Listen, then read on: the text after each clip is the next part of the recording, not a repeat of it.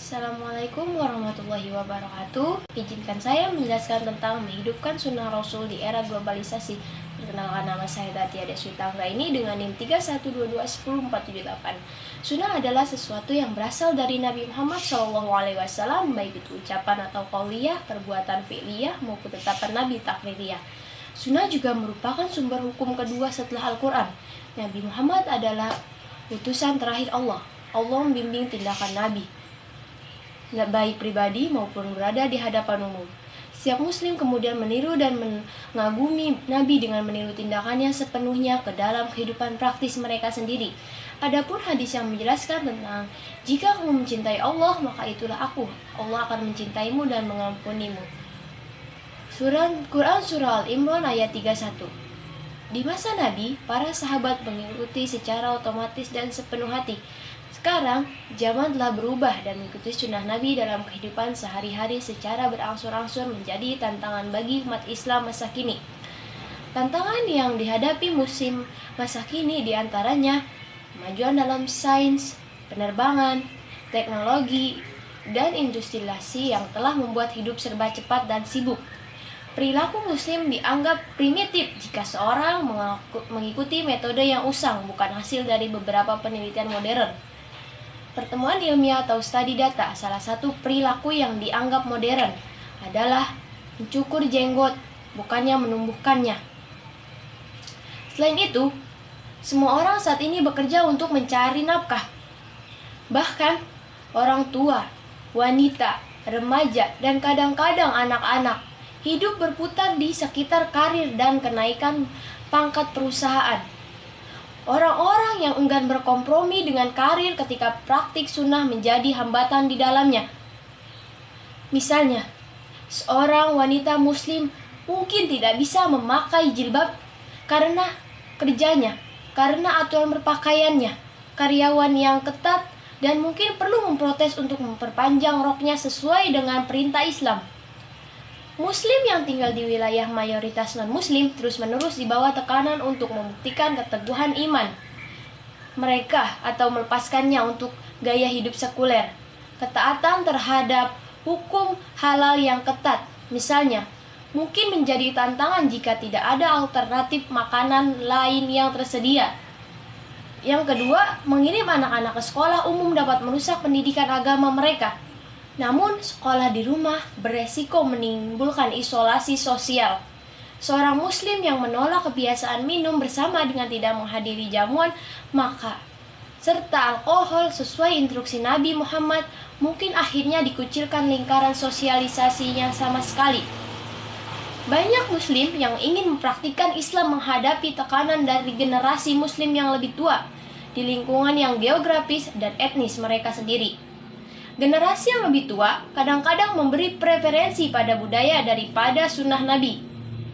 Namun, ajaran sunnahnya yang relevan bagi laki-laki tidak seharusnya diikuti oleh perempuan. Sebagai contoh, menumbuhkan jenggot dan sholat. Siap sholat secara teratur di masjid berlaku untuk pria daripada wanita. Oleh karena itu, wanita muslim mencari contoh-contoh praktis dari dalam kehidupan Nabi.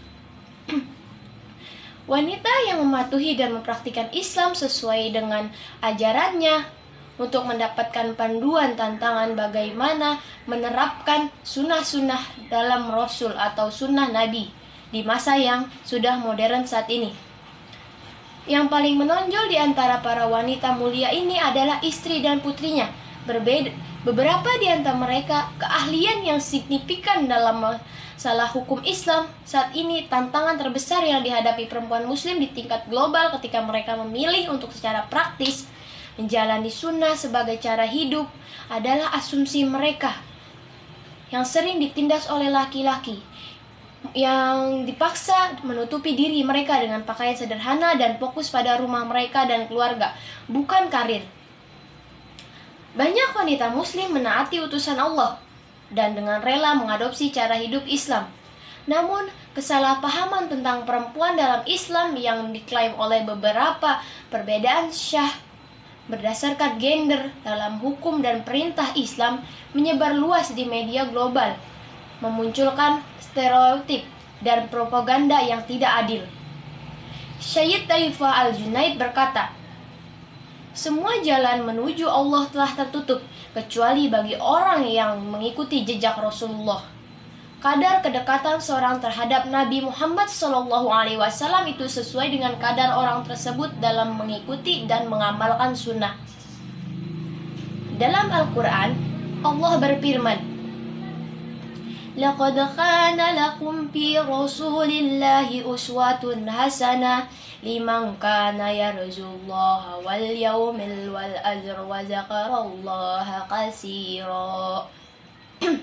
Yang artinya, sesungguhnya telah ada pada diri Rasulullah itu teladan yang baik bagimu, yaitu bagi orang yang mengharapkan rahmat Allah dan balasan kebaikan pada hari kiamat dan dia banyak menyebut Allah. Quran Surah Al-Ahzab ayat 21. Salah satu ciri-ciri orang beriman adalah mencintai dan senang mengamalkan sunnah Nabi. Menghidupkan sunnah Nabi merupakan amalan yang sangat dicintai Allah. Ada 5 keutamaan atau fadilah bagi orang yang menghidupkan sunnah. Yang pertama, disukai oleh banyak orang dan menjadi harapan bagi umat muslim. Nah, yang pertama yaitu tinggal bersama. Tinggal bersama yaitu tinggal bersama Nabi di dalam surga. Nabi Muhammad secara khusus mengapresiasikan orang-orang yang menghidupkan sunnah beliau.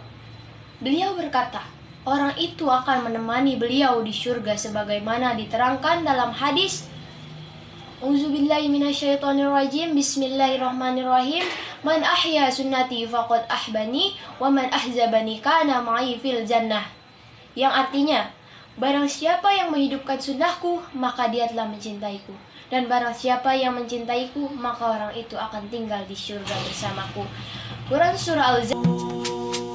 Rasulullah, dalam mengenangmu kami susuli lembaran sirahmu, pahit getir perjuanganmu membawa cahaya kebenaran.